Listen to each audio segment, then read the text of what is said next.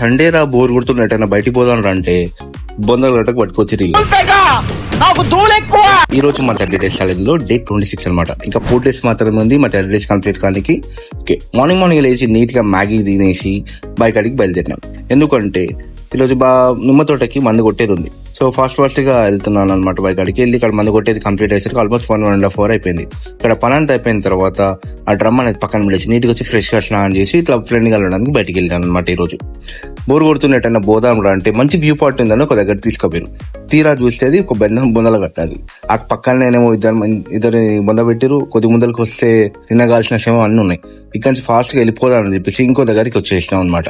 ఇక్కడ వ్యూ అనేది చాలా బాగుంది అనమాట. మా ఇంటి దగ్గర నుంచి జస్ట్ ఒక 3 to 4 kilometers వస్తుంది అంతే. మంచిగా లోటస్ కూడా ఉన్నాయి ఇక్కడ. ఒకటి తెంపుకున్నాం. ఈ లోపల లైట్ గా వర్షం పడుతుంది. ఇంటికి వెళ్ళిపోయాను అనమాట. ఇంటికి వెళ్ళి మళ్ళీ ఈవినింగ్ మా దయ్యం వచ్చిన రోజు మా దయ్యంని తీసుకురావడానికి నగరికల్ వచ్చాను. ఇదే మా దయ్యం అన్నమాట, అంటే మా సిస్టర్. సో ఇంటికి వచ్చేసి మంచిగా నీట్ గా వేడిగా చికెన్ కర్రీ మంచిగా వేడిగా రైస్ చేసుకొని డే అనేది కంప్లీట్ చేశాను. Thank you for watching.